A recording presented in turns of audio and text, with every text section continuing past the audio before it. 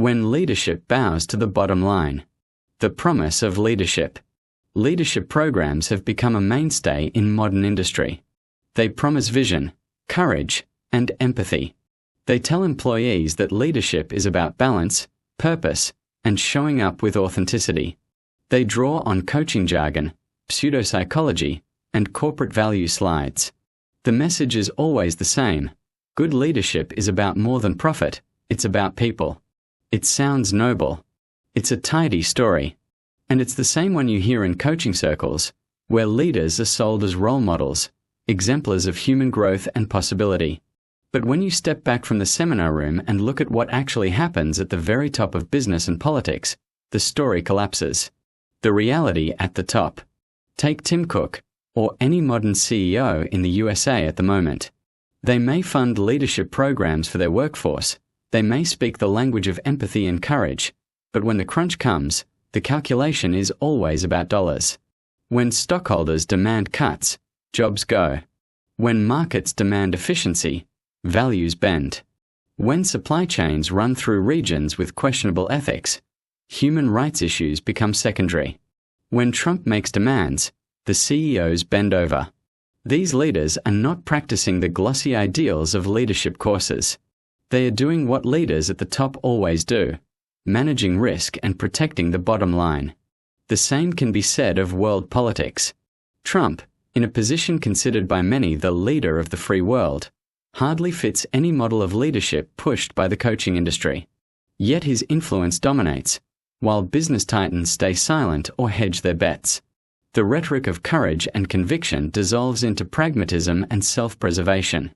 Capitulation of the giants. Look at the behavior of the United States' most powerful businesses and institutions.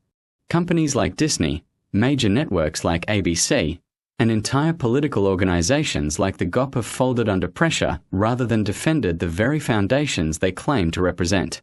Disney markets itself on creativity, inclusivity, and Imagineering.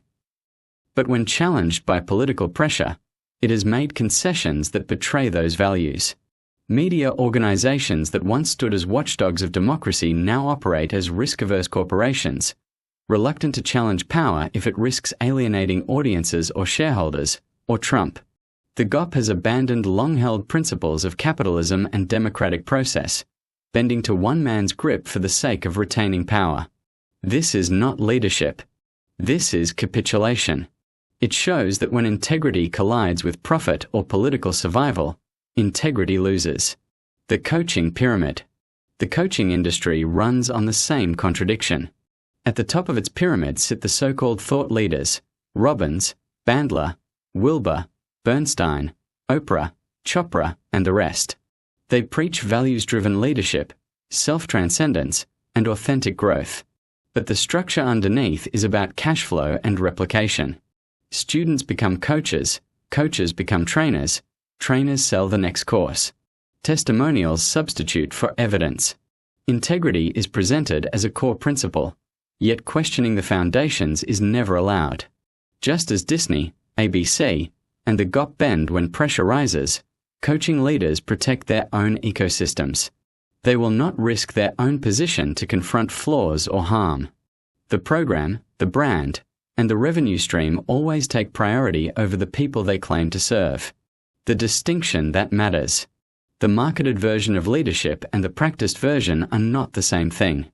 Employees are sold programs to make them feel valued.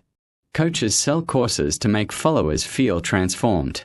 But at the very top, whether in Silicon Valley, Washington, or a coaching seminar, the only value that governs decision-making is the dollar. Leadership programs don't prepare you for that reality. They sugarcoat it. They let employees believe they are part of a purpose-driven culture until the day they find themselves in the same position as Tim Cook, Disney executives, or GOP strategists, choosing between the ideals of leadership and the demands of shareholders, ratings, or political survival.